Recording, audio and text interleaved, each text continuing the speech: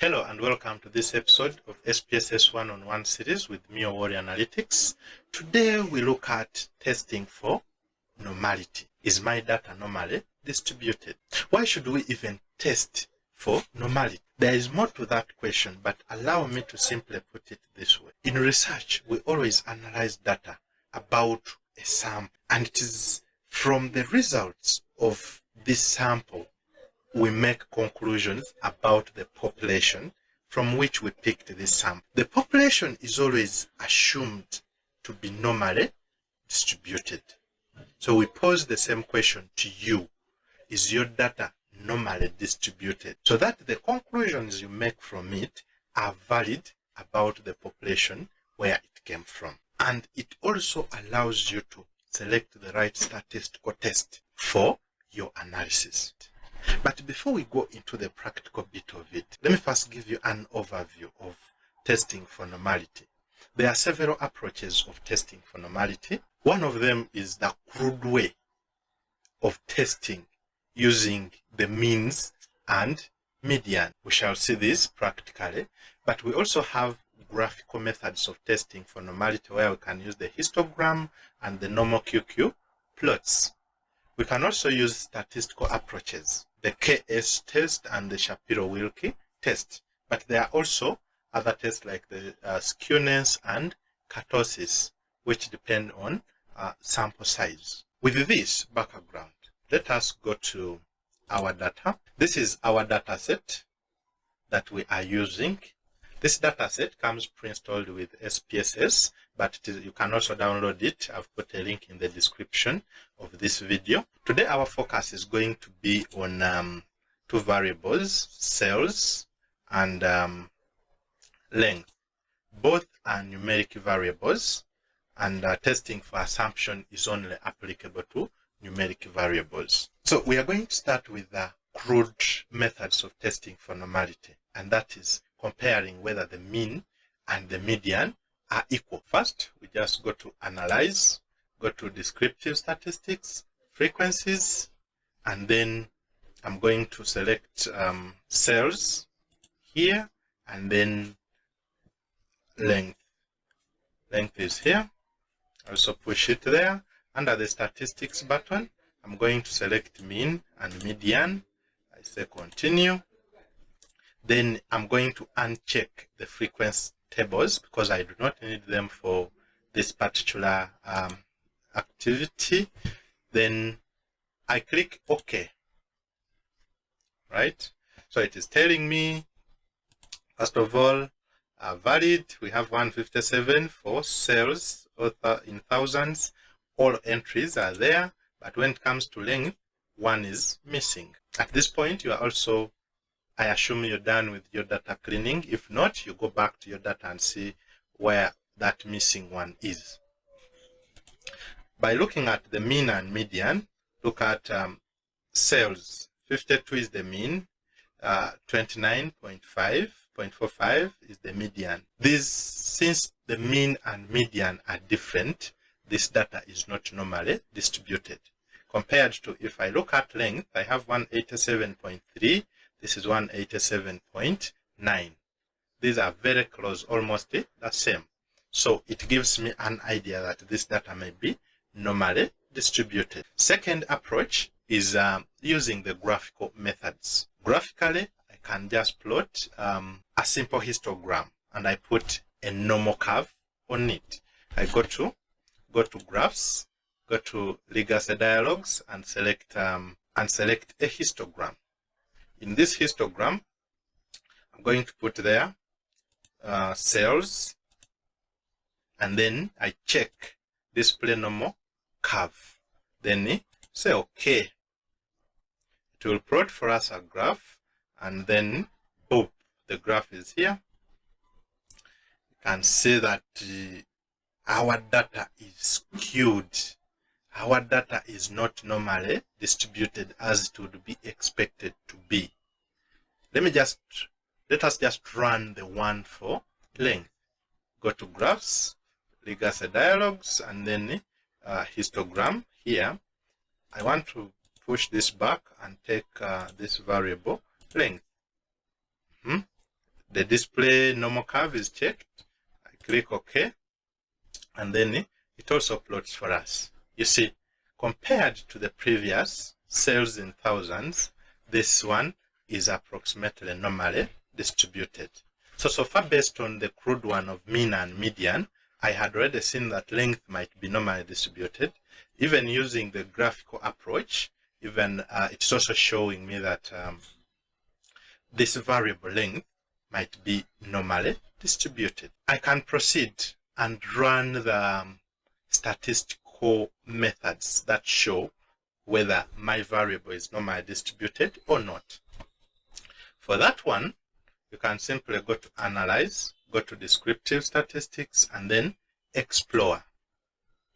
I want you to put both variables, that is cells in thousands and length. This variable length. Then under the Statistics button, simply click on it. Yeah, Descriptives checked. It's okay. Under Plots, you select we need a histogram. Although we had already seen it, we can just check it again. Uncheck stem and leaf, we don't need it for this. And then for box plots, we don't need any for this normality test. But then there is a box here for normality plots with tests. Make sure it is checked. It is the one going to give us the statistical test for normality. After that, continue. Under options, I don't need anything, so just continue and then click OK. Case processing summary is given to you here, and then the mean is also given here, 52. Median, the median is where? Median is here, 29. We had already seen this. So this window is kind of giving you everything at once. So you can compare mean and median. Is not, but for length 187.3, then median is 187.9, similar. So here we have our tests, the statistical tests for normality. To interpret this, let's first talk about the hypothesis of what these statistical tests are testing. The null hypothesis for these tests is data follows a normal distribution. As in, like, your data points are picked from a population where that characteristic is normally distributed. That's your null hypothesis. Whereas the alternative says that data does not follow a normal distribution. In this case, you're interested in a p-value that is above 0.05. That's the usual alpha value. So that you fail to reject the null, which says data follows a normal distribution. Otherwise, if your p-value is less than 0.05, you reject the null hypothesis, meaning the alternative is right, which says data does not follow a normal distribution. In simple terms, the tests for normality, the statistical tests, you're interested in a p-value that is above 0.05. They are the ones that indicate that the null is true, data follows a normal distribution. We go back to our results. So based on our results, when you look at the significance in SPSS, sig is the significance, the p-value, you see that for a variable cells, p-value is less than 0.05. So meaning we reject the null. We go with the alternative, which says data does not follow a normal distribution, like we've just seen with the graphical and the crude methods. Then, when it comes to length, p-value is 0.7, which is above 0.05. So our data for length is normally distributed. This particular analysis or window also gives you the kurtosis and the skewness here. Though skewness and kurtosis is mainly preferred for sample sizes above 2000. If you have sample size above 2000, there you can use the skewness and the kurtosis. You are interested in values close to 0. On the other hand, if you have a sample size less than 2000, say between 1 to 3, 8 up to 2000, the Shapiro-Wilk is the most appropriate. If we continue down, you can see the histograms that we had already seen. If you want to put the normal curve on this histogram, just double click on this graph to activate the chart editor, and then there's an icon here that says show distribution curve. If I click on it, the normal one, there are several options here. I'm interested in this normal one here, and then I just I close this, then I also close this. My normal curve will be superimposed. That is for cells. Next, we have a plot called the QQ plots. Remember, in our PowerPoint, we said for graphical, we have the histogram that we have already seen, and then we have the normal QQ plots. So for these ones, your observed value is plotted against the expected normal value. So we would expect, if our data is normally distributed, all the points should fall along this line. We saw that for cells, data wasn't normally distributed. So you can see the pattern is not the points are not falling along the straight line. So for normal distribution, you will see all the points of your data are along the straight line. Okay. Then you can also see for length. Yeah, like we said, you can just double click on this graph and then click on this icon that says show normal distribution. Then yeah, it is for normal. I close it, and again I close it. I'll end up with a graph that looks like the one we had previously seen. The normal QQ plot, you can see that for length, which is normally distributed, the points are along the straight line.